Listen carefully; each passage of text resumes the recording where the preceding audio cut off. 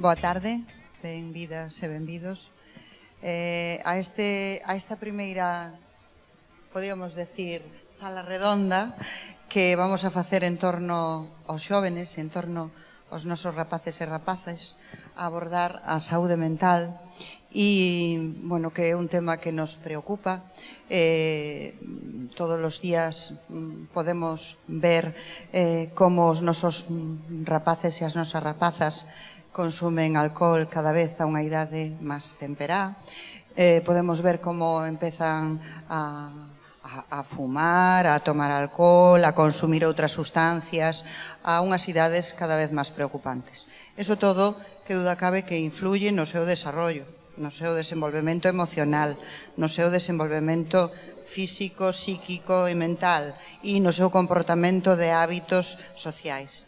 Estamos vivindo nunha sociedade complexa en donde a prevención é necesaria e este ano, además, o día 11, que foi o Día da Saúde Mental, se adica aos xóvenes e nosotros queremos empezar hoxe un ciclo mensual dedicado aos xóvenes para falar distintos temas e cada mes vamos a intentar facer unha mesa, unha sala redonda, un diálogo, un compartir problemáticas, un compartir coñecementos para saber detectar aquilo que lles está ocurrindo aos nosos mozos e mozas, aos nosos nenos e nenas, para saber detectalo e poderlle poñer por remedio, non? Poder poñerlle remedio no sentido de que sexan capaces de tamén despois poder ter un control e poder convivir con algunhas veces que unha enfermedad que se pode convivir perfectamente con ela sempre que se atenda, sempre que se controle e sempre que sexamos capaces de tratala con normalidade, pero desde a prevención, empezando pola prevención. E eu quixera desde aquí decir que a verdade que tamén para o da prevención solamente dúas cousiñas, porque me parece que son moi importantes, pois os escasos recursos sanitarios que hai en estos momentos para a atención dos mozos e mozas que teñen problemas de saúde mental. E eu quixera recordar que en Galicia só hai 6 camas para mozos e mozas hasta 26 anos en saúde mental, están en Santiago de Compostela e son as únicas 6 camas que hai para toda Galicia. Entonces, eu creo que entre o de a sanidade, máis o traballo na educación, máis o traballo que se poda facer desde esa prevención con especialistas que nos podan axudar pois a descubrir e detectar toda esa problemática e poñerlle remedio, eu creo que eso témolo que dar a coñecer, poñer encima da mesa e que todos e todas traballemos por acadar unha sociedade en donde podamos convivir todos como persoas e que non teñamos eses problemas de, bueno, pois que moitas veces temos mozos e mozas que non están, non se lles hai descoberto a tempo, non se lles tratou a tempo e teñen un problema social grave. Por lo tanto, eso é o que non queremos e en eso vamos a seguir traballando. Moitísimas grazas a todos os que nos acompañan.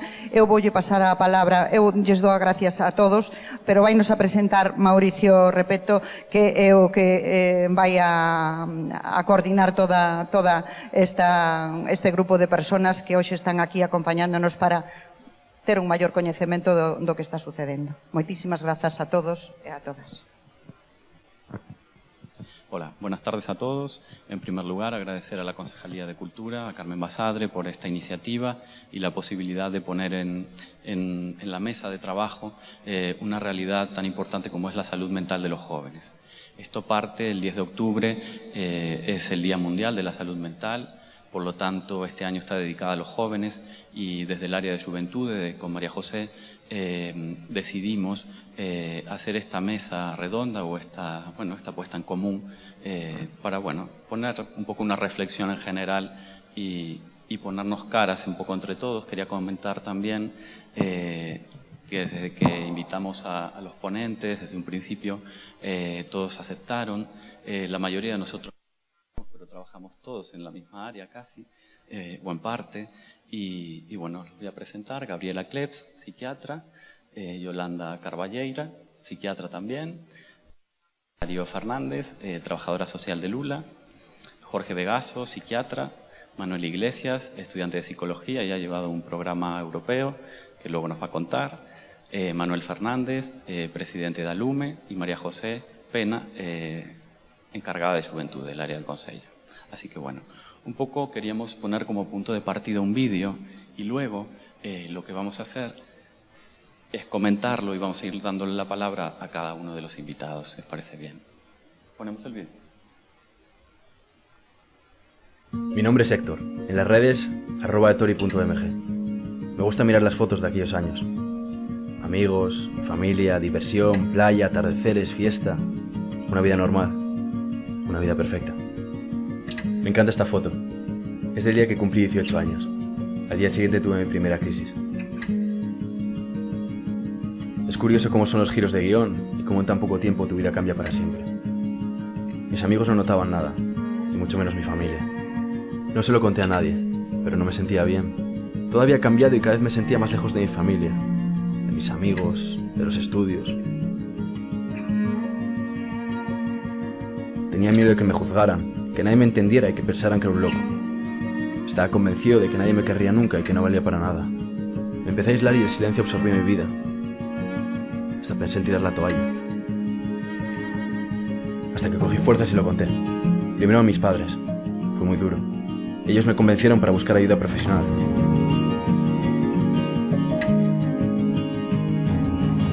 Me ayudaron muchísimo. Me asesoraron y sobre todo me pusieron en contacto con personas que están viviendo lo mismo que yo.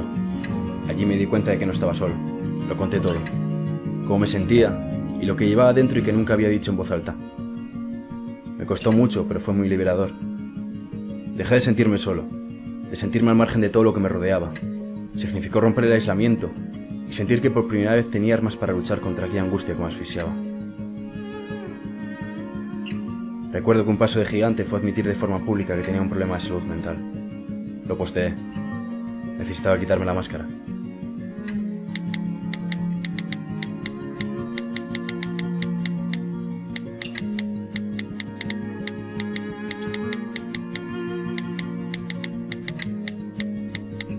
A partir de ahora algunos pensaréis que estoy loco. A otros probablemente incluso os daré miedo. Pero me da igual. No tengo nada de qué avergonzarme. Nunca volveré a esconderme. Me quiero y me acepto tal y como soy. Para mí fue algo liberador. Era agotador esconderme, mentir, fingir para explicar mis ausencias. ¿Por qué no puedo decir la verdad? ¿De qué tengo que tener vergüenza? ¿Es un problema de salud? Ahora sé que si me cuido, voy a llevar una vida totalmente normal. Exactamente igual que todos los demás. Al final te vas conociendo más y aprendes a cuidarte y conseguir que los baches sean cada vez menos fuertes y las caídas menos duraderas. Todo ello lo he conseguido gracias a todas esas personas que estuvieron día tras día a mi lado. A mis amigos, con los que he podido reír y llorar. A mis padres. A mis compañeros de grupo de apoyo mutuo. Y también tengo que dar las gracias a esa persona que está detrás del espejo. El que llegó a ser mi peor enemigo, pero con el que he conseguido reconciliarme. La vida es un camino. Y en ella encontramos piedras que nos ponen algunas cosas difíciles. Pasan los años y vamos metiendo esas piedras en una mochila que cada vez nos pesa más. Si esas piedras las convertimos en aprendizaje y seguimos adelante, superándolas, podremos caminar sin peso, caminar más felices. El camino es largo y no tenemos prisa.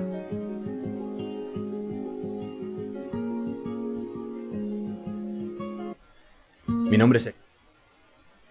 Bueno, un poco ahora le voy a dar la palabra a Yolanda para que pongamos un poquito en valor también la unidad de salud mental infanto-juvenil de Lula, que nos cuente un poco cómo funciona, por quién está compuesta, qué es lo que hacéis y bueno, tienes ahí el micrófono.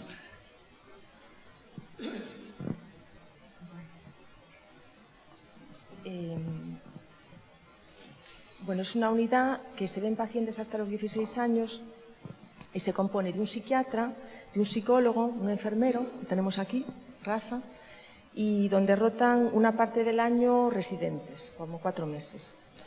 Entonces es una unidad donde vemos todo tipo de psicopatologías, un poquito en general, vemos problemas reactivos, consecuencia de duelos, divorcios, separaciones, acontecimientos vitales difíciles, vemos trastornos depresivos, los trastornos emocionales comúnmente surgen en la infancia o en la adolescencia. A nivel mundial, la depresión es la 9ª causa principal de enfermedad y discapacidad entre los adolescentes. Los trastornos emocionales pueden ser muy incapacitantes para el niño y para el adolescente, afectando el trabajo escolar y a la asistencia, en algunos casos pudiendo conducir al suicidio. Vemos niños que somatizan, algunos niños adolescentes desarrollan síntomas físicos relacionados con las emociones, pues como cefaleas, náuseas, dolores abdominales. Vemos trastornos de ansiedad, que es la octava causa de enfermedad y discapacidad entre adolescentes. Los obsesivos, pacientes, sobre todo adolescentes, con ideas autolíticas y con intentos autolíticos que se autolesionan. El suicidio es la tercera causa de muerte en adolescentes entre 15 y 19 años. Los intentos pueden ser impulsivos o estar asociados a un sentimiento de desesperanza y soledad. Vemos bastantes trastornos de conducta alimentaria, sobre todo en chicas adolescentes, que aparecen pues, comúnmente a 13, 14 años y que los ingresos los hacemos en esta unidad en Santiago, donde son 7 camas, que habíamos dicho 6, no son 7 camas. Se ingresan hasta 16 años los pacientes en esta unidad en el CHUS. Vemos los primeros episodios psicóticos, que suelen ser, emergen más comúnmente al final de la adolescencia, pero vemos algunos a los 13, 14 años. Las experiencias con la psicosis pueden afectar gravemente la capacidad de un adolescente para participar en la vida y en la educación. En muchos contextos, estos adolescentes son estigmatizados. Vemos también trastornos del espectro autista, que sí que el lugar de tratamiento suelen ser las asociaciones que hay en Lugo de autismo, donde nosotros no tenemos los recursos para tratar. Quiero decir, no tenemos logopedas, no tenemos psicopedagogos, no tenemos psicomotricistas, no tenemos terapia ocupacional, entonces las asociaciones pues tienen todos estos medios. Nosotros podemos diagnosticar, pero no podemos tratar. Vemos muchos pacientes con TDAH, que ya habrán oído hablar mucho del TDAH, luego hablaré un poquito más. Vemos problemas de aprendizaje que en sí no tratamos, porque tampoco tenemos los medios, no tenemos psicopedagogos. Entonces, lo que valoramos es si hay problemas emocionales asociados al problema de aprendizaje o si están causados por un problema emocional. Nos llegan muchos niños y adolescentes con el tema del fracaso escolar, que puede haber efectivamente un problema de aprendizaje o que el niño no quiera estudiar, pero en ocasiones puede ser consecuencia de problemas emocionales o las dos cosas. Vemos casos de fobias escolares, vemos de acoso escolar, problemas psicosociales, familiares. Respecto al TDAH, vale la pena mencionar la temática que traen los padres frecuentemente a la consulta desde hace varios años, ya bastantes, que son las dificultades con los límites y la inquietud psicomotriz. Esto con sus hijos cada vez más pequeños, incluso con niños a veces que vienen con 2, 3 años, donde, es normal que se muevan mucho, pero ya vienen con esa preocupación. Y son las dificultades de los padres con la autoridad que se reflejan en otros entornos, como en los colegios y como en la sociedad en general. Antes el padre representaba al patriarca.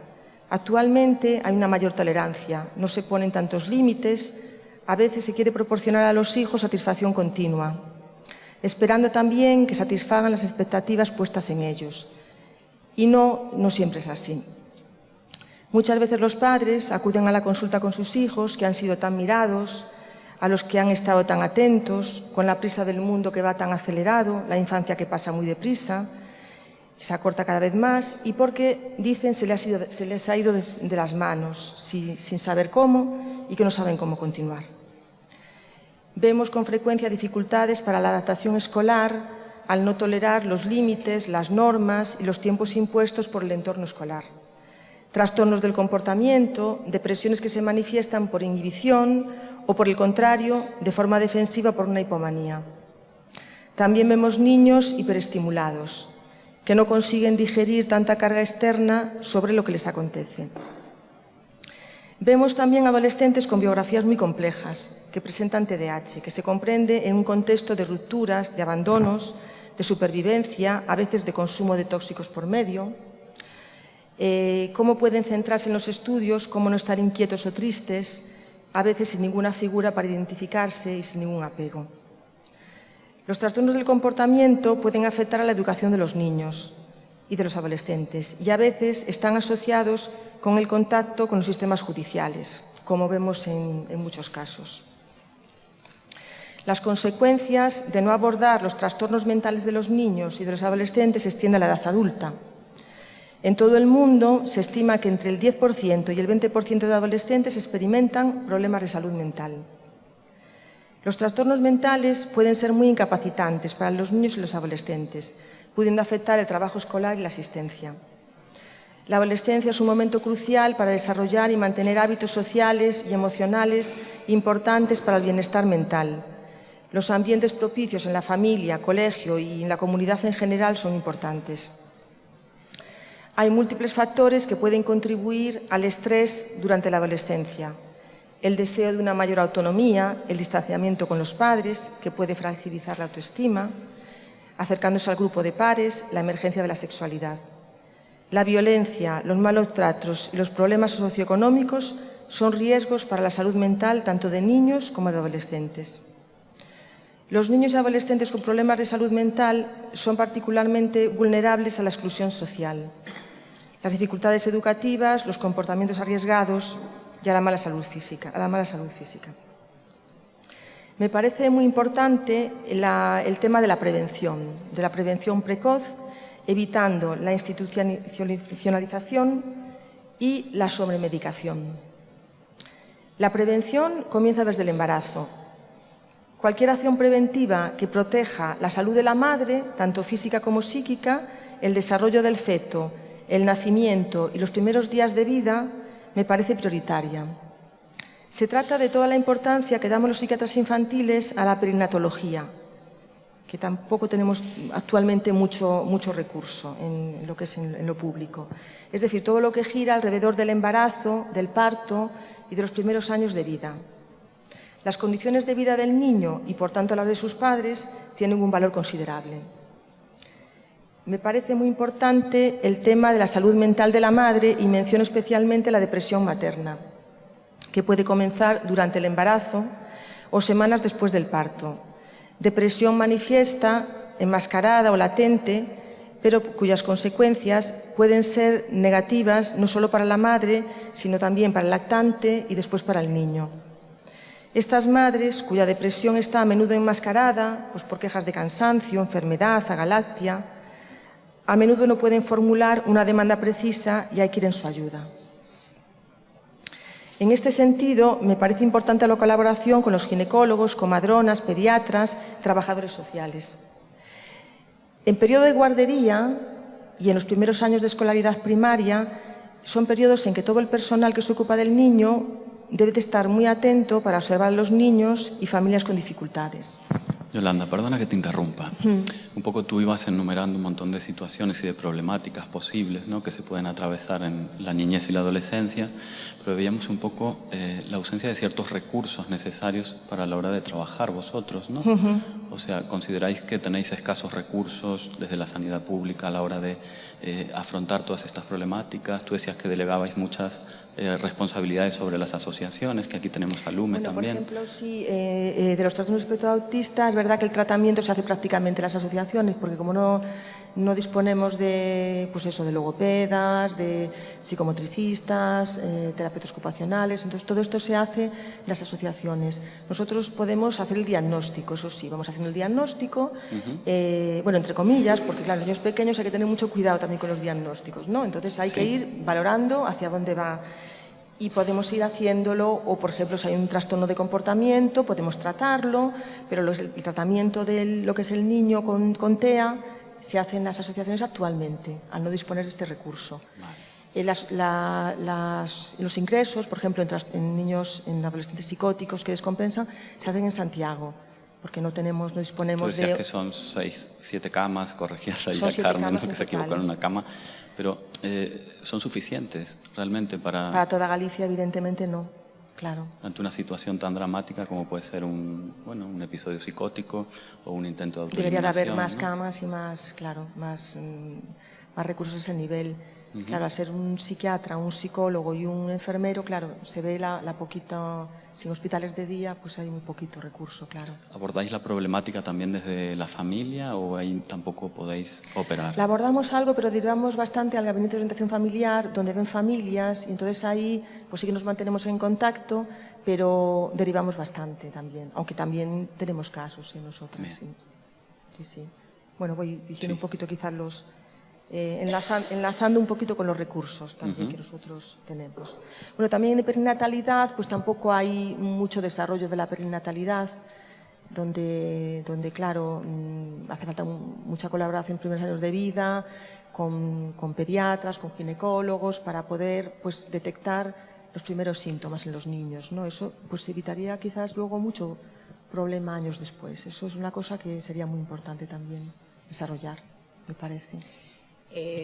Yo quería acotar un poco, no necesito, no.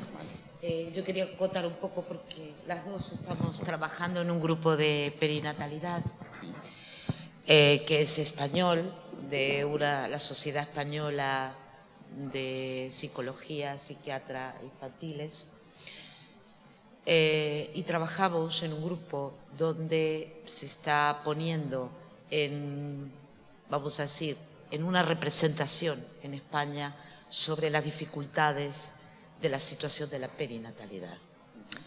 Y yo creo que la importancia de lo que dice Yolanda es que los recursos hospitalarios, como en otros países, tanto en España como, bueno, en Lugo, donde estamos, hay pocos recursos para trabajar. ¿Qué significa trabajar con bebés? No es bebés, sino que comienza ya en la atención primaria. Cuando una mamá va a la consulta y dice, creo que estoy embarazada, ¿no? Ahí empieza la historia de la persona. Y ahí empieza donde nosotros queremos ayudar a incidir. Porque hay algo que se sabe, y ya lo han dicho grandes psiquiatras, psicólogos, psicoanalistas, que el embarazo y el primer año de vida es fundamental para el desarrollo psíquico del individuo. Hasta UNICEF se ha hablado sobre eso. Entonces, evidentemente, ese recurso es fundamental. Y tenemos profesionales para trabajar, tenemos enfermeras, tenemos educadores preparados, no solo en Galicia, en toda España, pero en Galicia también. Y tendríamos que luchar para que empiece la prevención ahí, en esos jóvenes que quedan embarazadas o en una señora de 42 años que queda embarazada o en un problema de esterilidad, en todas esas problemáticas que influyen en aquel niño que se engendra y que va a la sociedad. Entonces me parece fundamental esta parte. ¿Por qué? Porque nos ahorraríamos no solo la parte económica hospitalaria, sino ahorraríamos muchas situaciones que se dan ahora, muchas situaciones de enfermedades mentales. Y yo creo que eso es fundamental. ¿Cuáles son las que tú crees que podrían ahorrar? Mira, hay mucho a nivel tanto a nivel de lo psicótico como a nivel de la situación de la inquietud psicomotriz, a lo que llaman hiperactividad, donde jóvenes de 18 años que tienen 80 miligramos de Concerta, de 15 años que te vienen con esa cantidad de medicación para que puedan estudiar, creo que eso es espeluznante. Entonces, creo que debemos, y yo creo que es un compromiso a nivel social, debemos cuidar a los educadores que cuidan a esas madres, cuidar a los médicos de atención primaria que ven a esas madres y cuidar a todos los profesionales que están haciendo poco a poco y callados, sin saberlo nosotros, y callados, que están interviniendo en esa parte. Entonces yo creo que lo que dice Yolanda es fundamental. Vale. Era lo que quería acotar un poco. Ay, perdón. Efectivamente, que se evitarían todos esos pacientes que vienen con esas hiperactividades con 8 o 9 años, que vas viendo un poquito hacia atrás y a veces digo, mira, pues si lo hubiera visto con a este niño con 1 año, con 6 meses, pero no nos llegó. Llegamos tarde. Sí.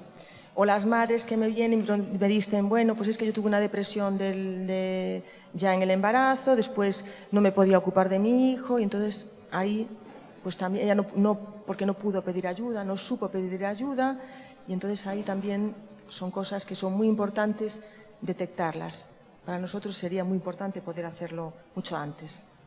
Porque llegaría todo, lo que tú dices, no sería solamente ahorro a nivel económico, sino de sufrimiento, un sufrimiento que se podía evitar, o por lo menos atenuar. Y en eso, en la prevención, la perinatalidad nos parece, por eso estamos en este grupo trabajando todo este tema. Entonces, bueno, pues sigo un poquito con la prevención en la guardería, el periodo de la escolaridad, me parece muy importante también el tema del colegio, la primaria y secundaria, la colaboración con orientadores en los colegios me parece fundamental, ya se hace, eso se hace. Pues el niño pasa en el entorno escolar mucho tiempo, ahí pueden observar, pues un niño está más triste, que ha bajado el rendimiento, que tiene problemas de autoestima, que comienza a portarse mal, y entonces me parece que una colaboración puede ser importante para detectar estos problemas emocionales y para prevenir a veces el fracaso escolar, que no solamente son niños que no estudian, a veces me llegan niños que no estudias, que no, y el niño que no está ahí, que no quiere ni hablar, no quiere enfadado, y bueno, se va rascando un poco y se ve que hay problemas, dificultades en la construcción de la vida afectiva, en la personalidad, reacciones psicológicas, a veces a trastornos del aprendizaje, que bueno, el niño está ahí con una baja autoestima porque tiene dislexia y a pesar de tener buena capacidad no rinde, y situaciones de vida, problemas familiares, problemas socioeconómicos, y entonces los padres también necesitan una orientación y un apoyo. Esto es importante también, el apoyo de los padres. Y bueno, luego me parece importantísimo una cosa que no tenemos, de la que no disponemos, como lugar de prevención y de tratamiento, los hospitales de día, que me parecerían, bueno, sitios que nos proporcionarían una cantidad de recursos, tener solo uno. Por ejemplo, para los pacientes con TEA, con trastorno espectro autista, pues para un abordaje pues integral, psicoterapéutico, rehabilitador, con logopedas, con psicomotricistas, terapeutas ocupacionales, con psicólogos, educadores. Bueno, yo creo que eso ya se hace, se está haciendo, como tú dices, hay gente que lo está haciendo con un montón de esfuerzo, padres que están pagando centros privados, que están haciendo un esfuerzo económico increíble para que tienen niños con estos problemas. Y no, el tema es que hace una familia que quizás también no tenga recursos para poder asistir a una clínica privada, ¿no? Para dar asistencia y solución a esas problemáticas, ¿no? Claro. ¿A dónde acuden? A dónde acuden, claro. Es un poco Sagrario quizás sepa orientarnos, ¿no? Como Sagrario trabajadoras. nos hablará más de los recursos. Claro. Bueno, ahí en el hospital hay una unidad de atención temprana hasta los 6 años, que es pequeñita, que no estoy segura si hay en otras áreas, eso ya nos explicará más. Espera, termino justito y ya sigues tú. Bueno, después los hospitales de día me parecerían también importantes para, bueno, son diferentes temas, ¿no? Trastornos psicóticos, para prevenir un ingreso, por ejemplo, para seguimiento en tanto no pueda acudir al centro escolar, porque cuando están los niños muy mal y no pueden acudir al centro escolar, que se quedan en su casa. Es que tampoco me parece eso justo. Entonces, en pacientes con fobias escolares también, teniendo pacientes que, bueno, que no van al colegio y que están en su casa y que hasta les cuesta venir a las consultas. Entonces, creo que un hospital de día también sería muy interesante. En pacientes con problemas de comportamiento, tenemos pacientes con personalidades, con rasgos patológicos, no hablo todavía de trastornos de personalidad, pero con rasgos patológicos, que les impide a veces integrarse en los colegios y llevar una vida normalizada, porque hacen intentos autolíticos, porque consumen tóxicos y no acuden al centro escolar. Entonces también me parecerían estos centros importantes para estos pacientes. Y bueno, otros muchos. Y bueno, te dejo a ti entonces que continúes.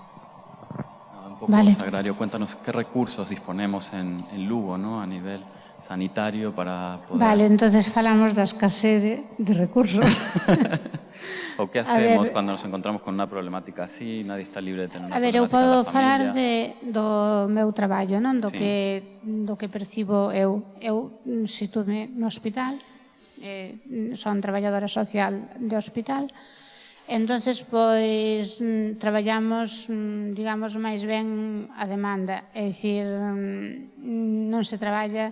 É dicir, ahora mismo a coordinación, pese a que nunca tantos medios houbo para coordinarse, hai un déficit tremendo, non? Entonces, nos ahora, bueno, fundamentalmente, o traballo que temos a nivel de infancia, menor e xuventude, pois é discernir, digamos, cando se presenta un problema entre as situacións de protección de menores, non? Digamos que hai dúas situacións que nos temos que orientar. Son as situacións de risco e as situacións de desprotección. Entonces, unha situación de risco é cando se dá algunha carencia que afecta ao desenvolvemento social, familiar, individual do menor, non? Que esa situación de risco pode levar a unha situación de desamparo.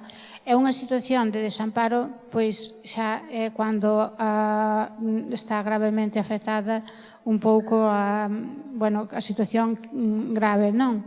Entonces, nos profesionales de hospital e tamén de atención primaria e tamén de concellos, pois un pouco que facemos é valorar esa situación dependendo según os indicadores que poden, estes indicadores son ambientales do mesmo do menor, familiares, pois según eses indicadores pois determinamos ou evaluamos se derivamos esa situación ao Concello ou á protección de menores. É dicir, o Concello levaría a situacións de risco e menores levaría a situacións de desamparo. É dicir, as situacións de desamparo levan consigo unha tutela ou unha garda. As situacións de risco enténdese que é para traballar esa situación, prevenir unha situación de desamparo, non?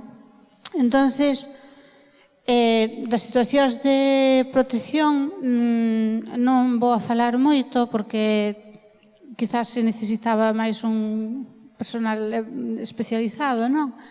Pero nas situacións de risco, dicir que hai unha carencia moi importante de programas e de profesionales, porque é dicir, tiña que haber programas compostos que abordaran o tema das problemáticas dos menores desde unha perspectiva global e integradora. Non está sendo así. Entonces, ahora mesmo atopámonos que as situacións derivan precisamente por non ter uns servicios comunitarios fuertes, as situacións derivan hacia situacións de desamparo, é dicir, que xa intervén menores. Así temos que, ahora mesmo, nunca tantos centros houbo de menores e eses centros están máis do 100%. É dicir, é gravísimo. Non sei. Entonces... ¿Por qué crees que ocurre eso? Que de alguna manera están como superpoblados los centros de menores. ¿Qué es lo que falla en el tejido social? Eu creo que falla o desenvolvemento e a falta de inversión en políticas sociales, especificamente en servicios sociales comunitarios. Entonces, é moi fácil, a veces dícese, pero existen programas de intervención familiar, pero a que lle chamamos programas? A ter unha traballadora social que o mismo atende unha familia con menores en risco, que traballa con unha risga, que traballa cunha dependencia, que traballa e que ten na mañá 20 emerxencias ou 13 emerxencias. É imposible. As educadoras o mismo. É dicir, a veces Xa nin todos os centros teñen educadora, tampouco. No hospital pásanos outro tanto. Dicía Yolanda, o Servicio de Atención Temperá, pois, por exemplo, en Ourense, en Coruña, pois teñen unha traballadora social solamente para o Servicio de Atención Temperá, porque se entende que ten que haber unha coordinación cos equipos psicopedagóxicos de educación, e ten que haber unha coordinación cos servicios de dependencia, cos servicios de discapacidade, un traballo cas familias, e, sin embargo, en Lugo é unha traballadora social compartida con 7 unidades máis, con 7 bloques máis. Entonces eu creo que ahora mismo non só as traballadoras sociales, sino que estamos nunha situación que digamos o que vexo eu é que non cada vez os profesionales estamos menos especializados, é dicir, asistimos a unha desprofesionalización enorme. E despois, neste caso, agora falando de menores, de familias, pois ao non haber programas específicos, o que nos atopamos é que as familias teñen que ir para determinadas actividades ao Gabinete de Orientación Familiar da Xunta, para outros ao psicólogo de saúde mental, para outras a educadora do Concello, para outras entonces a toda a información se perde, as familias se perden polo camiño. Vamos, pareceme, non sei, que todos os principios, as recomendacións, os convenios da Unión Europea, das Nacións Unidas, e todo eso que se nos están quedando moi atrás. Claro, un poco lo que hablábamos, ¿no? Que quizás estamos operando en el tercer nivel de salud, ¿no? Y no estamos trabajando la prevención, el diseño de políticas sociales que vayan en esa línea, ¿no? Yo quería preguntarle también a María José de Xuventude, ¿qué recursos, qué servicios ofrecéis vosotros desde el área de Xuventude, aunque no es vuestra competencia sanitaria, evidentemente, pero sí que tenéis servicios orientados a los jóvenes de Lugo y me gustaría saber cuáles son y qué es lo que hacéis también, ¿no? Dar a conocer esa unidad y poner en valor el trabajo que hacéis también, ¿no? Bueno, yo casi prefería que hubieran hablado el resto un poco más de los ponentes, pero desde el Servicio de Juventud hacemos lo que podemos. Con presupuestos municipales tenemos unas asesorías juveniles que son gratuitas y que son confidenciales, ¿vale? Para aquellos jóvenes que tienen, bueno, pues no son capaces o no asisten a otro tipo de recursos, que tienen a lo mejor un trastorno de ansiedad, un problema depresivo, trastornos a lo mejor o un problema con los estudios, un problema incluso con los compañeros, o bueno, entonces tenemos ese tipo de asesorías, pero es un primer punto donde ellos pueden asistir, ¿vale?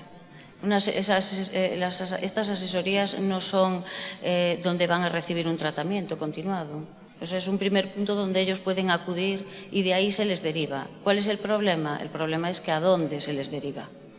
O sea, el problema es la escasez de recursos que hay para la gente joven para poder derivar después. Y ellos mismos, o sea, lo ven. E incluso después la tardanza en las citas, ¿vale? Cuánto tiempo se le da. Bueno, es así, es la realidad con la que hay. Después lo que hacemos es en los institutos. Tenemos un programa que se llama Previlugo, que damos talleres y obradoiros, es otro granito de arena que vamos poniendo ahí, desde educación afectivo-sexual, desde, bueno, pues asertividad, desde relaciones sanas, tratamos todo este tipo de talleres o de actividades. Pero bueno, no deja de ser ir poniendo, bueno, pues un granito. Y está después el Servicio de Prevención de Drogas, que no sé si por aquí anda mi compañero. Sí, tenemos ahí a Francisco, sí. No sé dónde está, no lo veo. Pues que también se trabaja con obradoiros, pues todos los temas de drogas, todos los temas de prevención de drogas. Y nada más. Deciros bueno, la idea de hacer esta jornada, de pegar un poco un grito a decir tenemos que ocuparnos de la gente joven, que es la población del futuro, ¿vale? Decir que tenemos 13.311 jóvenes actualmente en el municipio de Lugo, que creo que es una cifra bastante, bueno, un poco importante como para tener un poco de atención en ella. Y nada más, yo dejaría el resto. Muchas gracias. Un poco quería preguntarle a Jorge ahora, ¿no? Esto de, decimos que estamos llegando tarde, ¿qué pasa cuando llegamos tarde en un tema de salud mental, ¿no? ¿Qué ocurre? ¿Qué puede pasar? Además de, bueno, del sufrimiento en sí, se puede cronificar una patología, podemos hacer de un joven un adulto enfermo mental. ¿Qué ocurre ahí, no? Que nos cuentes un poco toda esa realidad y... Llegar tarde es un sinónimo de no llegar. Entonces, lo que han dicho Gabriela y Yolanda, creo que eso daría para una charla. La importancia, ¿no?, que tiene la prevención, no solamente a la hora de detectar un problema de salud mental, llámese el que sea, no vamos a profundizar, sino la importancia de saber a qué están expuestas estas familias que luego van a albergar en su nido a un niño, a una niña. Yo creo que es importantísimo porque no solamente les vamos a privar de la posibilidad de saber cómo afrontar, sino van a estar sentenciadas a una enfermedad, un trastorno, un sufrimiento, porque poner etiquetas a veces estigmatiza, y esa palabra creo que es muy importante tenerla en cuenta para todos, ¿no? La estigmatización es un problema con el que los pacientes y con el que los profesionales de la salud mental estamos lidiando constantemente. Ofrecer información es un grito, como dice María José, para evitar de que esta epidemia del no saber, del no querer saber, del no querer importar, termine. Yo creo que la prevención, sí, estoy de acuerdo con Gabriela, tiene que empezar en estratos muy primarios, desde la hora de la concepción. No solamente diagnosticar un TDAH con 3, 4 años, un episodio psicótico con 7, 8 años. Los niños con antipsicóticos con 12 años, ¿podríamos haber hecho algo por ellos, con ellos? ¿Saben lo que es un antipsicótico? Yo entiendo que esto es una mesa redonda, entiendo. Sí. También invitamos a quien quiera hablar, hacer alguna pregunta o que quiera Los participar. antipsicóticos son medicación dura, muy dura. Niños de 10, 12 años que a veces tienen que tomar medicación de este tipo, antidepresivos, y antes, asusta. No sé ustedes, pero cada vez que yo escucho esto, se me ponen los pelos de punta, y es algo que creo que no estamos atendiendo suficientemente, ¿no? Como dices, llegar tarde implica que estos niños queden sentenciados. Y lamentablemente yo creo que sí, carecemos de recursos, pero sobre todo carecemos del saber. Carecemos, sí, de recursos porque no tenemos los dispositivos suficientes, pero a nivel social, a nivel cultural, estamos sentenciándonos a sepultar información valiosa. Yo les invito a que hoy, cuando lleguen a casa, busquen la tasa de muertes por accidentes de tránsito, de tráfico. Y luego, a continuación, busquen la tasa de defunciones por suicidios. El experimento es muy sencillo. Yo lo he hecho. ¿Cuánto tardamos en buscar? Porque la DGT se encarga de la publicidad. Muy bien, ¿no? Tenemos publicidad para tolerancia cero, en las carreteras, los avisos publicitarios, estamos bombardeados. Es una campaña efectiva, eficaz y creo que necesaria. Pero ¿cuánto sabemos del suicidio en general? ¿Y cuánto sabemos del suicidio en poblaciones vulnerables como los niños y los adolescentes? Poco. Y no es que no sepamos, es que no queremos saber. Nos estamos poniendo una venda que lamentablemente nos está pasando factura. Es cierto, los niños se suicidan, pero también los adolescentes. Y más adelante esos adolescentes van a ser jóvenes, van a ser mayores, van a estar sentados entre nosotros. Y estamos llegando tarde. No sé si por ahí iba un poco tu pregunta. Tú hablabas un poco también de la estigmatización, ¿no? Nos avergonzamos de tener un enfermo mental en la familia o de ser nosotros un enfermo mental. Me gustaría que Manuel, que estuvo trabajando en ese proyecto, que nos cuente si eso ha evolucionado, si ha mejorado, si seguimos con esos tabúes y esos prejuicios o dimos un paso y hemos salido de eso. Bueno, desde el proyecto Mind the Mind hemos estado trabajando estos últimos años un montón este tema desde las aulas. Igual que comentas lo de que llegamos tarde, desde el estudiantado de psicología se hizo una pregunta que era, vale, tenemos, aunque pocos recursos, existen ya algunos recursos clínicos, digamos, ¿no? Pero nos pensamos en el área educacional. ¿Sabéis cuántas asignaturas hay de emociones, cómo te sientes, cualquier cosilla que podáis decir de este estilo, dentro de nuestro sistema reglado español? 0. De psicología se ha añadido 1 hora para los estudiantes de segundo de bachillerato, que a Galicia llegó el año pasado, creo. Cuando vamos a dar estos talleres con estos niños y estas niñas, lo primero que te encuentras es que les encanta. O sea, disfrutan de hablar de sus emociones, pero que no es normal. Normalmente cuando un niño disfruta de algo es porque es nuevo, ¿no? Les gusta mucho la estimulación nueva. Eso es que nunca han podido hablar de ello. Por desgracia, cuando vamos a los institutos, a mí, al acabar los talleres, siempre me gusta hacer una pregunta y es, oye, chicos, chicas, ¿cuántas veces os han venido a hablar de esto? De los mitos, los estigmas del psicólogo, el psiquiatra, la salud mental. Y siempre me dicen, ¿es la primera, profe? Y yo, ¿la primera? Digo, sí, y no hablo de niños de 5 o 6 años. Llego a estar con alumnos de segundo de bachillerato, que es decir, 17, 18 años. Nunca llegan, nunca... No sé si decirte si hay un avance.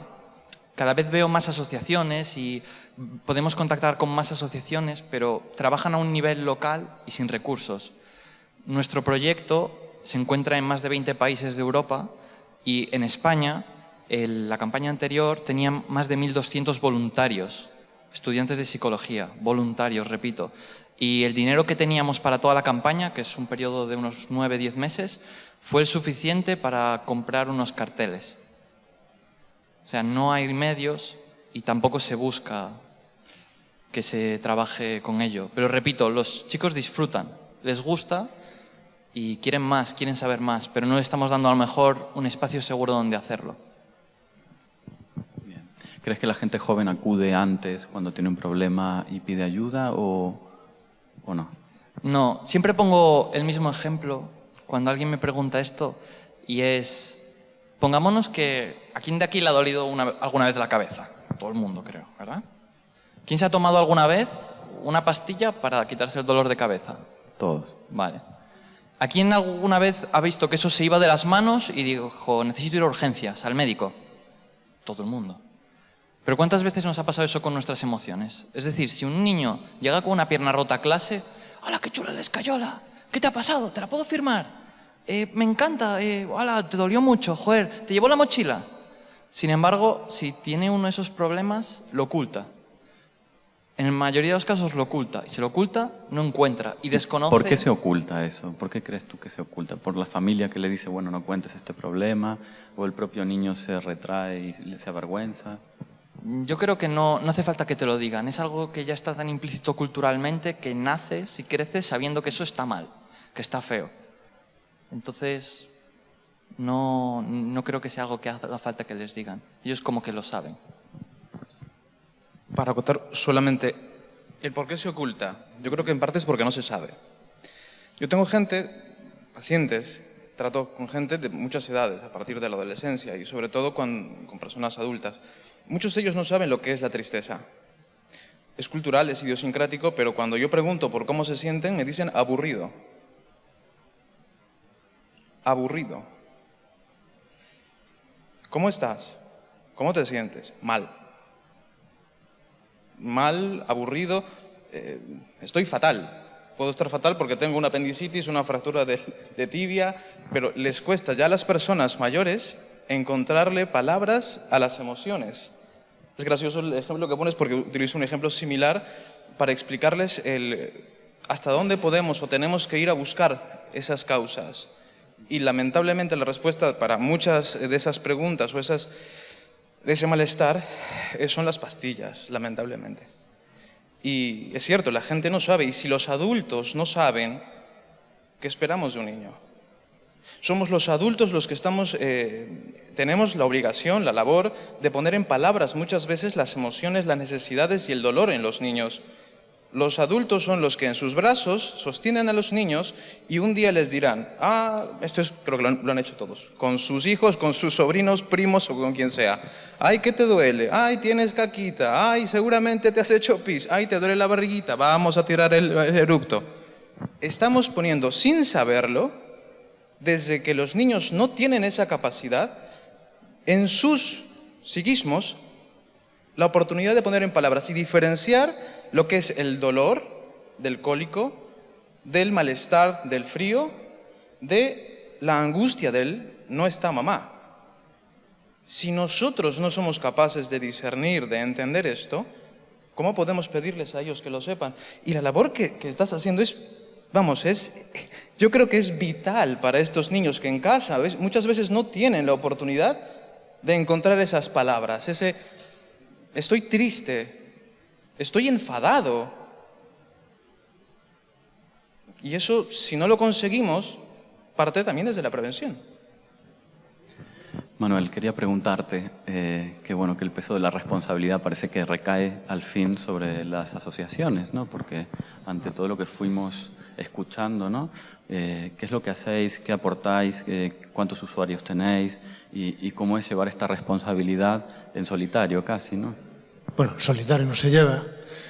Nosotros somos fundamentalmente una asociación de familiares, ¿no? En el año 97 abrimos un centro de rehabilitación y desde entonces abrimos otros recursos, como tenemos pisos protegidos, y llevamos varios programas de intervención en situaciones de exclusión, por ejemplo en centros penitenciarios, en la calle con personas sin techo y en zonas rurales, ¿no?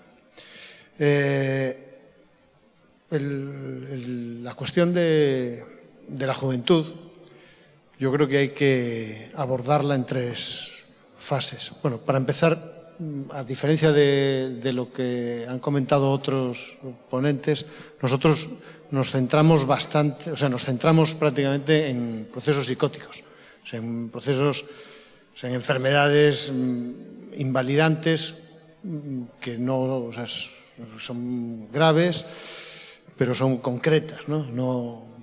Todos los otros temas yo creo que de 16 años para atrás, nosotros no tenemos usuarios de esa edad, pero sí tenemos usuarios muy jóvenes. El 80% de los procesos psicóticos surgen antes de los 24 años. Y yo distinguiría entre lo que es la labor de prevención, que evidentemente sería donde hay que ir para evitar el mal mayor, pero bueno, posiblemente soy el único no técnico de esta mesa. Yo no se me ocurre, no me parece una tarea fácil la prevención, es decir, incluso científicamente, aunque existen estados mentales de alto riesgo y pautas que un profesional puede identificar, no me parece fácil una prevención, digamos, antes de que surja un brote. Pero cuando surge el primer brote, sí que deberíamos poner todo nuestro esfuerzo en evitar el segundo. Es decir, cada brote psicótico, la caída, de un brote se sale, pero siempre no se llega al punto de partida. Y del siguiente, la recuperación nos deja un poquito más atrás. Y si le añadimos la medicación que es necesaria, digamos que la recuperación es cada vez más difícil. Entonces, creo que la prevención, hay que insistir en ella, pero creo que la atención en los primeros síntomas, en el primer brote, es fundamental. Nosotros llevamos a algún centro, tenemos un único centro en Lugo y conviven personas que ya tienen una larga trayectoria y que tienen unas expectativas, digamos, y una estabilidad. Y y conviven otras personas pues, que son, digamos, recién ingresados, ¿no? Bueno, creemos que vemos la necesidad de dispositivos específicos para personas que tienen otras, que deberíamos darles otras expectativas, ¿no? Personas que están en su primer brote, en su segundo, tienen menos de 30 años, que podrían, con un esfuerzo por su parte y por parte de todos los que trabajamos con ellos, desde el punto de vista sanitario, social, familia, podrían, bueno, pues llegar a rehacer su vida y conseguir un trabajo. Y creo que realmente, bueno, pues me sumo a todas las reclamaciones de que faltan recursos, pero esta es una necesidad que en todas partes se está viendo y que es relativamente reciente. Y yo, bueno, pues hemos revisado algunos proyectos. Creo que en España hay un proyecto bastante bueno, con éxito en Navarra. Son 7, es una unidad puesta en marcha por el propio Osasun Bidea, el servicio público, el Servicio Navarro de Salud. Son 7 profesionales. No es un centro específico, sino que son 7 profesionales multidisciplinares que atienden a los chavales derivados del servicio de salud, ¿no? Del servicio de salud mental. Empezó a andar en la primavera de 2017, es decir, es muy reciente. La necesidad que estamos viendo de este tratamiento específico para los jóvenes es, como digo, muy reciente, pero sí que es necesaria. El estigma, me parece que es muy necesario trabajar con el estigma. Lo que pasa es que yo creo que tampoco se trabaja directamente, sino como vosotros apuntabais, trabajando las emociones, trabajando la expresión de las emociones. Creo que en concreto en los casos de psicosis es necesario por 2 cuestiones. Por un problema de justicia, por un problema de integración social, de inclusión, pero también porque esta enfermedad tiene un inconveniente muy grande, que es la escasa o incluso nula conciencia de enfermedad de quien la padece.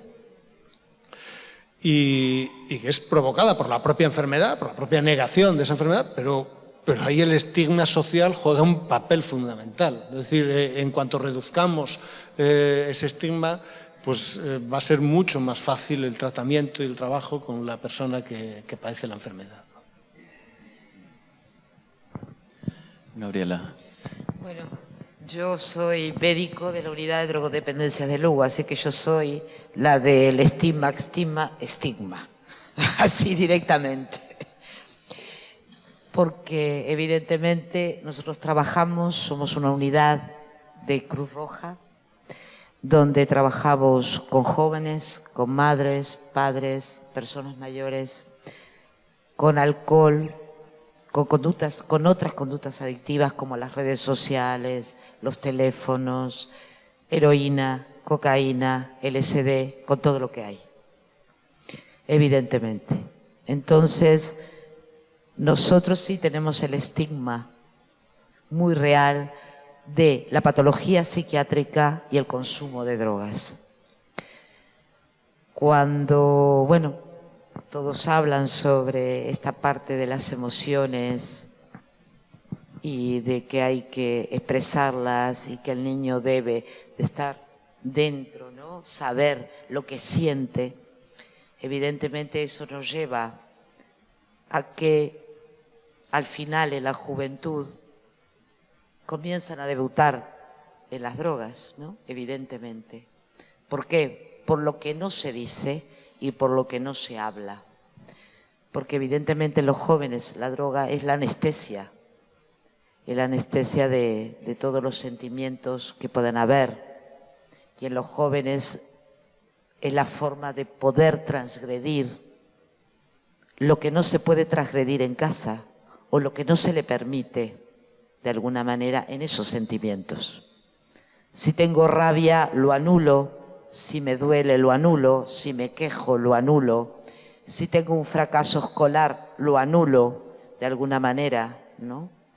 Y evidentemente todo eso lleva a que estos jóvenes vayan a donde no deben ir, a esa anestesia, ¿no? Yo creo que esta problemática de la drogodependencia y de las conductas adictivas en este momento es muy grave. Es muy grave. Yo estoy cansada de sentir de mis pacientes cuando tienen una patología psiquiátrica, para yo poder ingresarlos en alguna institución, es que no tiene el perfil. Estoy cansada de lo que no tienen perfil. Yo no tengo lugar para jóvenes entre los 15, 18, 19, 20, 21, 25 años, no tengo lugar para ingresarlos. No tengo un lugar donde haya alguien que pueda sostener a un joven que tiene una psicosis, por ejemplo, una esquizofrenia crónica debido al consumo de cannabis. No tengo. Entonces... Perdona, Gabriela. No tengo. ¿De joven de qué edades estamos hablando? ¿De 25? De 15, 16, 17 años. Si tú tienes, sé que algunos están en Alume, pero otros no tengo lugar. Eso es una realidad. Patología dual, lo que le llaman la patología dual. Por eso es lo que se llama la patología dual. No tengo ningún lugar para ingresarlo.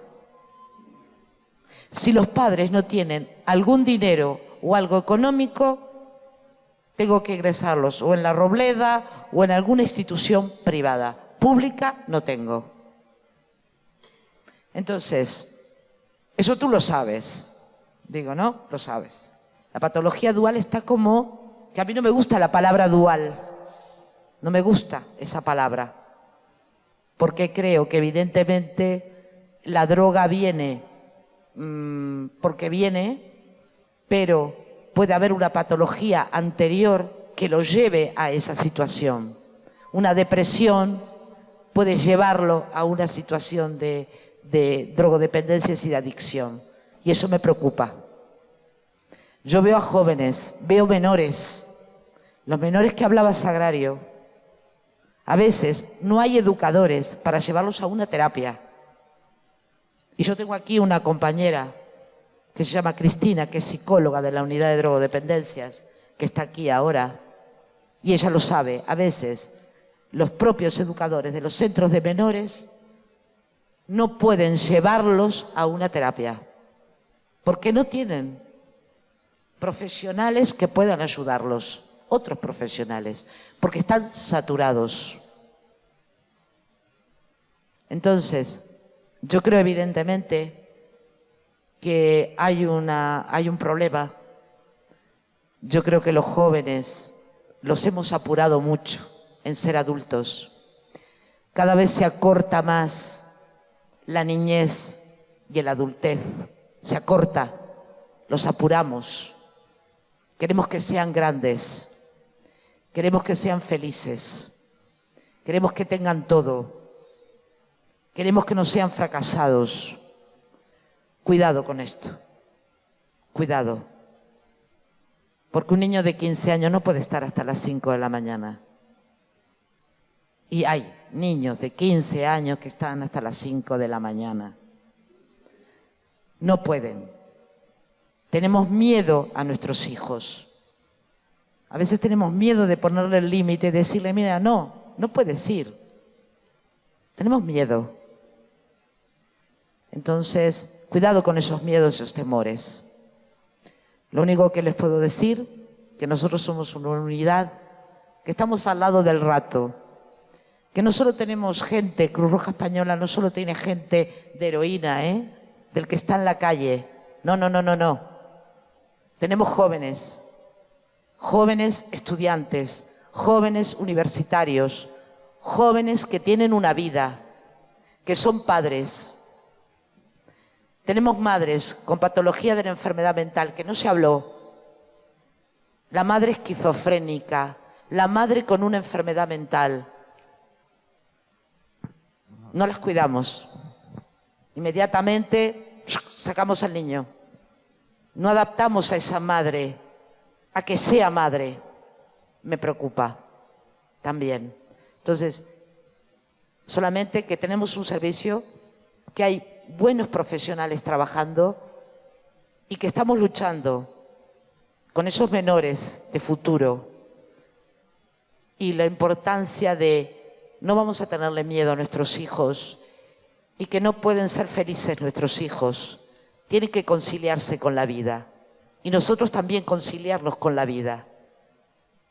Entonces, tenemos que tener un largo camino y todos juntos tirar para lo mismo, ¿no?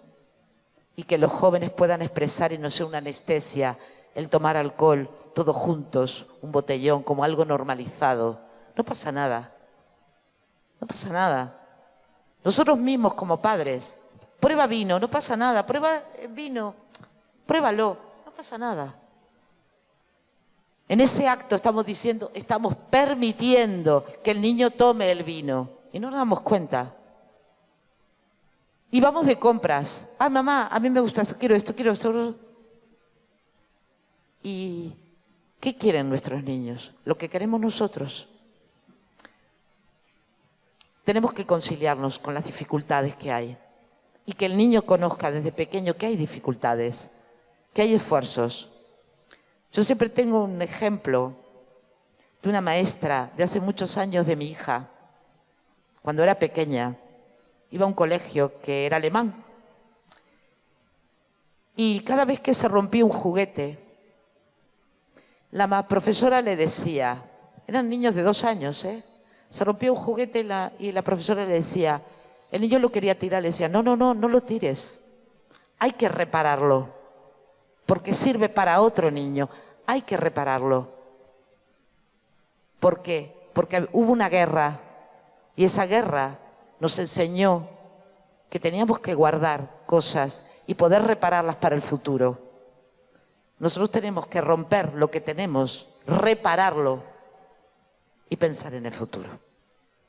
Y nada más, estamos siempre en Cruz Roja. Gracias.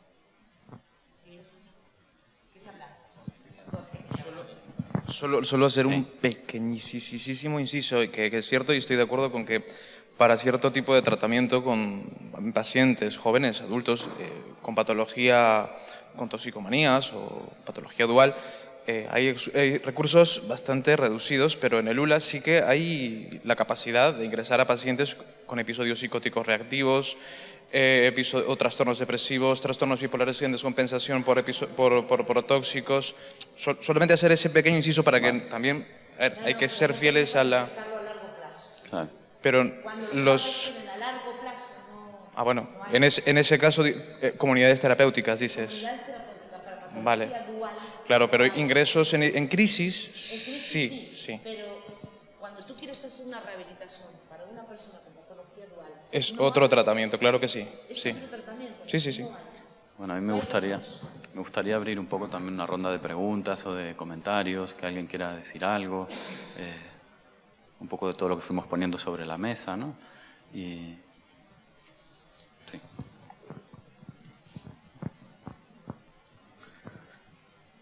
A ver, efectivamente, yo creo que desde el punto de vista de abarcar el tema de la salud mental, la prevención es fundamental.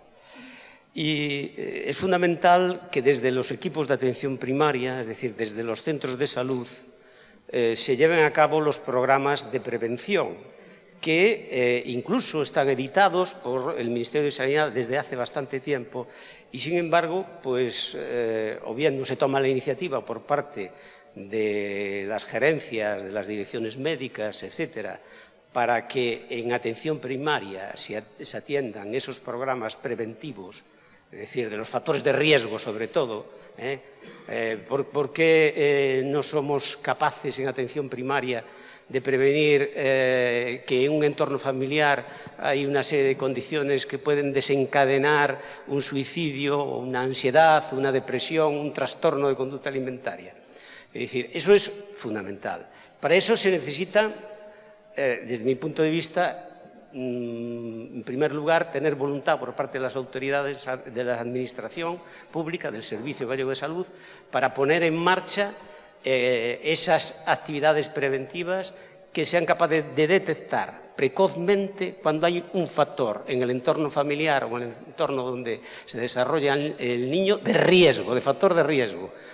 Eso es clave y para eso se necesitan recursos humanos también, porque hoy en día en los equipos de atención primaria no se hace ni promoción de la salud ni prevención de la enfermedad, no se hace educación sanitaria, un instrumento fundamental para esto.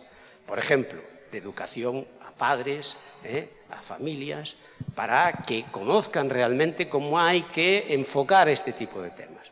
Y después que también en los siguientes niveles, hablamos de atención primaria, pero aquí se está hablando de que no hay hospitales de días para determinadas patologías mentales, ¿no? E incluso no hay dentro de las unidades de hospitalización, pues para determinados también trastornos mentales, ¿no? Una atención adecuada. Entonces estamos hablando que dentro de este campo de la salud mental parece que en el entorno de las administraciones sanitarias pues no cala esa sensibilidad que tiene que haber y fundamentalmente, ya digo, reforzando los equipos de atención primaria donde esto es clave, ¿no? Gracias. ¿Alguien más que quiera hacer alguna aportación? Bueno, un poco para... Ay, sí, perdón. Sí, hola. Yo simplemente, bueno, quería... Estoy un poco con el que hablo con José Luis, que acaba de hablar ahora. Efectivamente, la prevención sería ideal. Pero yo, pensando en el vídeo, bueno, que acabamos de ver, veo como el chico dice que se saca la máscara, ¿no? De repente parece como si se liberara como de algo que tenía. Y va un poco en la desestigmatización de lo que es la enfermedad mental.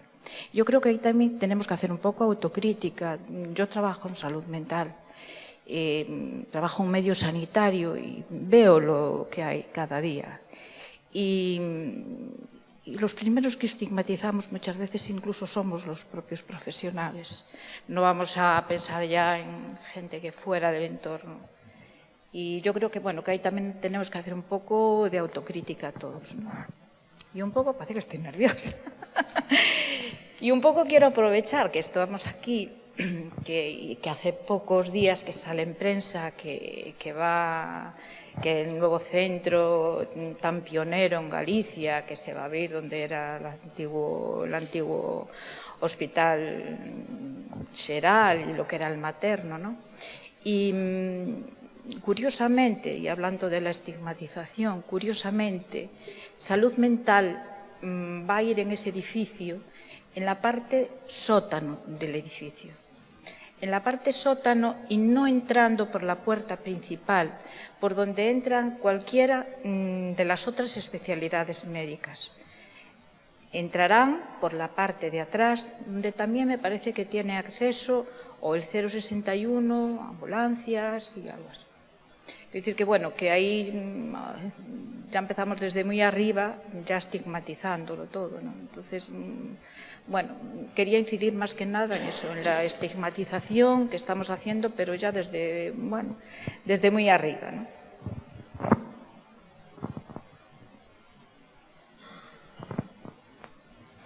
¿Algún comentario, alguna aportación que alguien más quiera hacer? Mauri, yo que... Sí. Bueno, quería añadir un par de cosillas respecto a las dos intervenciones. Bueno, primero me he quedado un poco en shock con lo del sótano y lo de entrar por atrás. Es como, bueno, un ejemplo clarísimo, ¿no?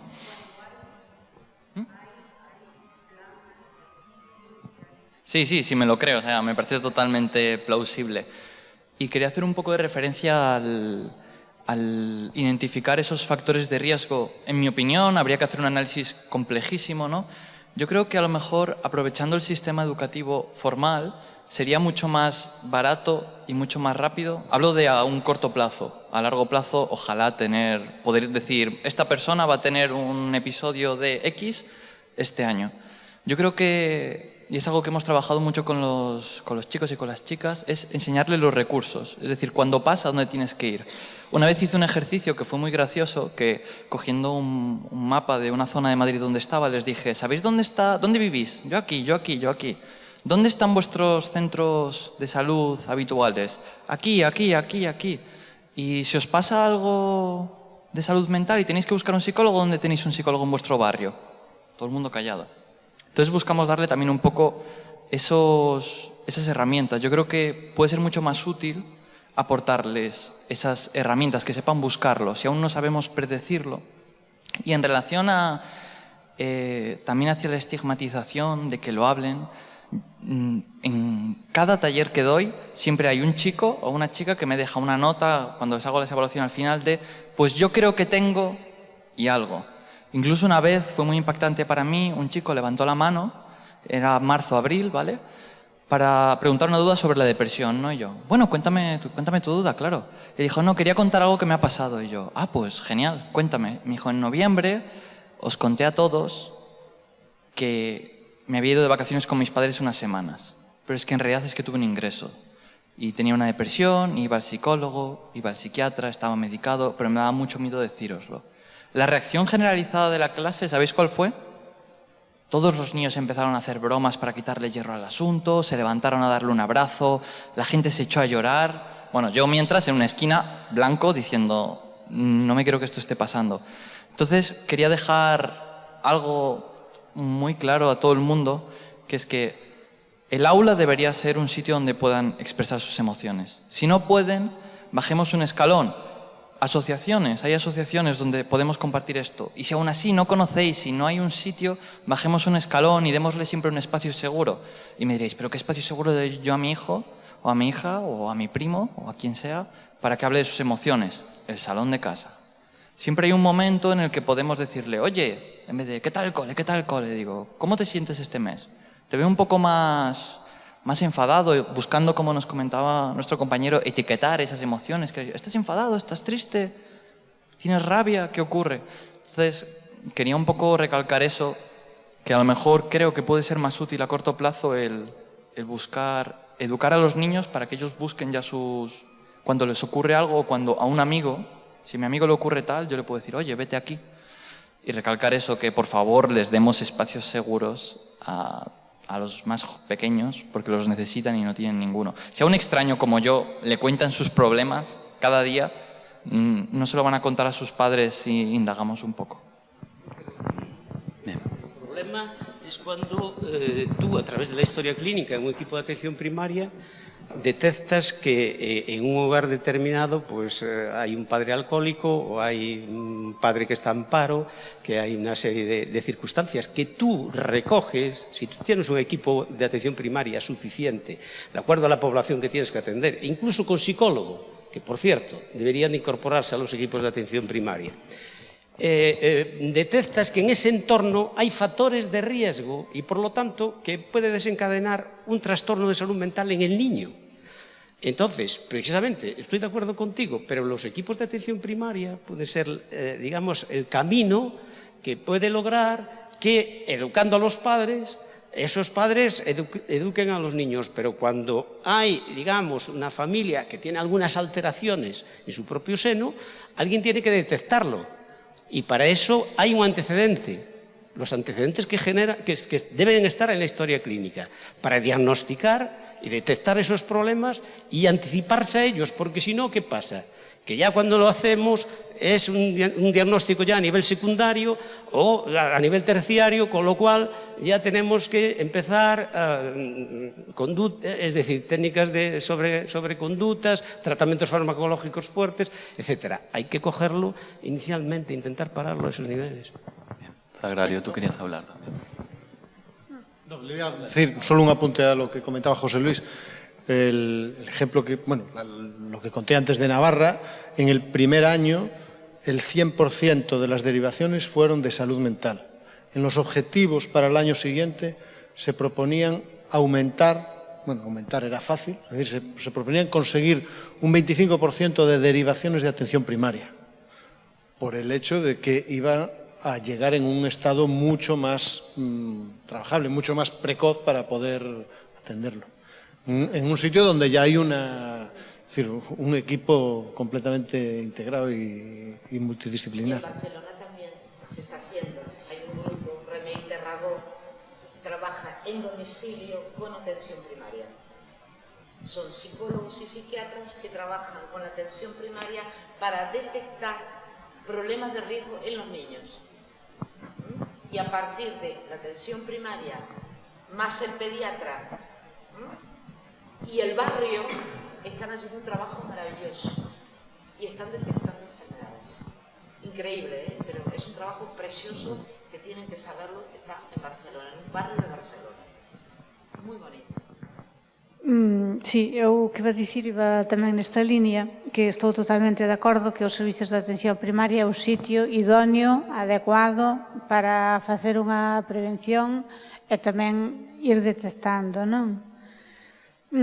O que pasa que eu creo que ahora mismo volvemos ao mismo, non? Que eu falo do meu traballo, as traballadoras sociales agora absorbenos a burocracia.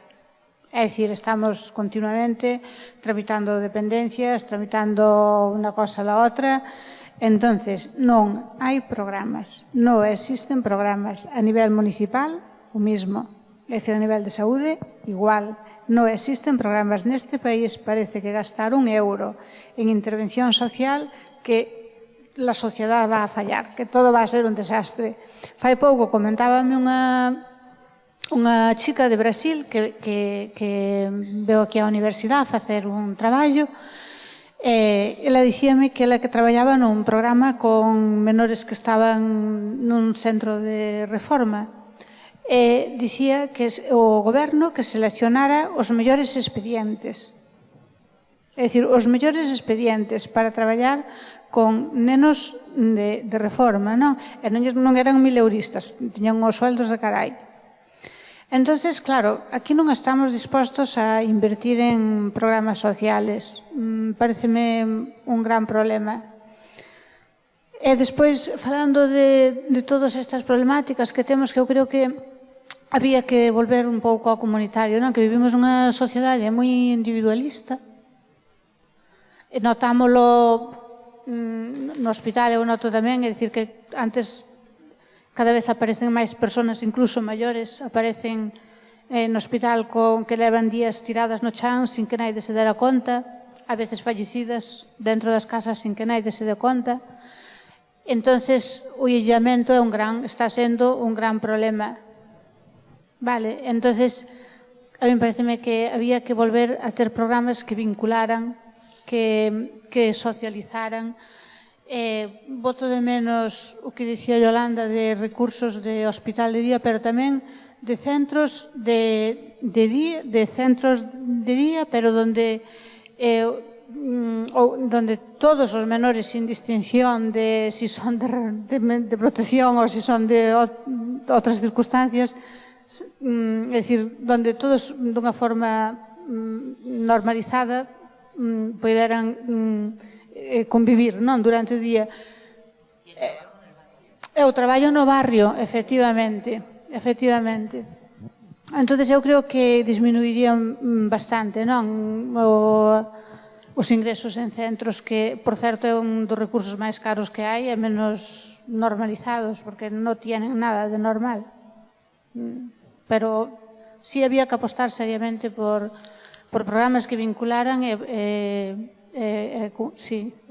que vincularan sobre todo. Bueno, no sé si alguien más quiere hacer alguna aportación también.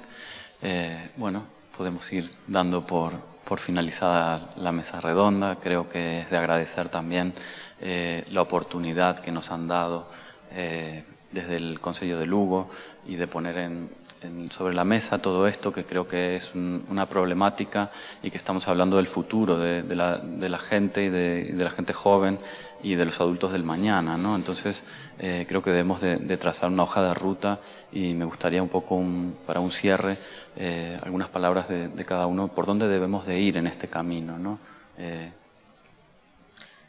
Yo apuesto por lo que dice Sagrario, estoy totalmente de acuerdo contigo en volver a las comunidades a nivel de cada pueblo, de cada barrio, con atención primaria, con los pediatras, con los psicólogos, con los educadores, con los profesores, ¿no?, de cada barrio, de cada zona, y ir detectando los riesgos que pueden haber y poder estar todos juntos, ¿no?, en este mismo camino. Es lo que yo creo.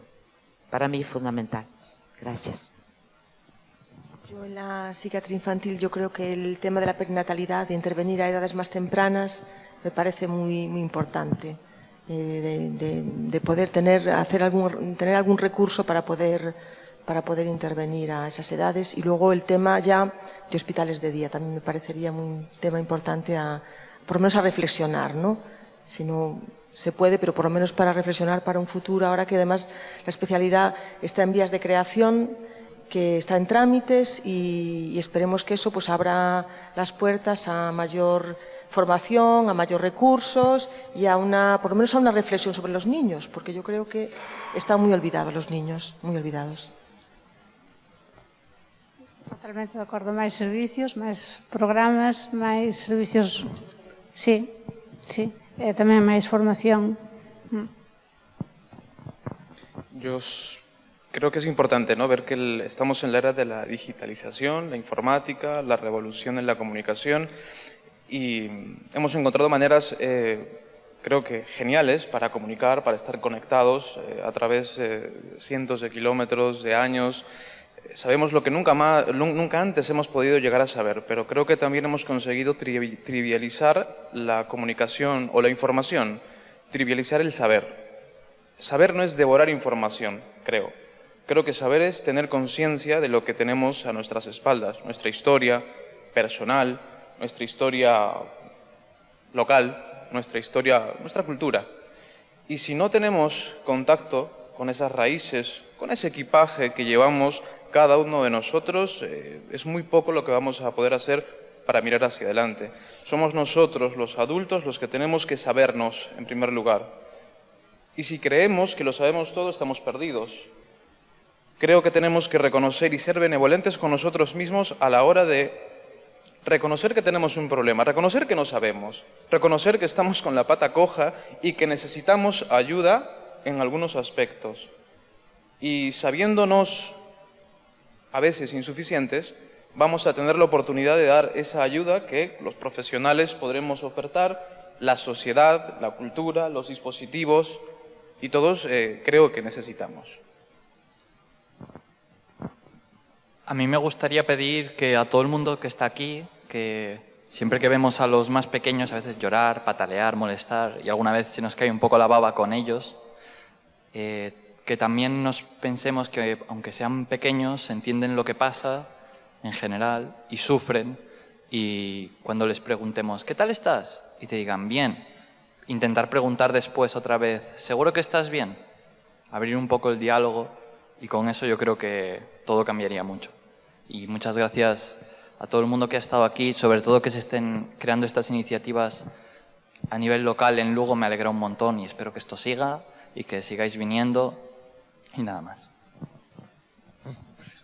Bueno, yo creo que hacen falta recursos, pero creo que hace falta también aprovechar los que tenemos, y creo que hay que reforzar la red. Hablamos de jóvenes, hay recursos educativos, sanitarios, sociales, familias. Creo que sobre todo hay que reforzar esa red, que esos recursos que tenemos, que son insuficientes, pero por lo menos que los aprovechemos bien, ¿no? Pues me estoy quedando así un poquito, porque diría unas cuantas cosas. Bueno, primero gracias a todos, vale, por haber venido hoy.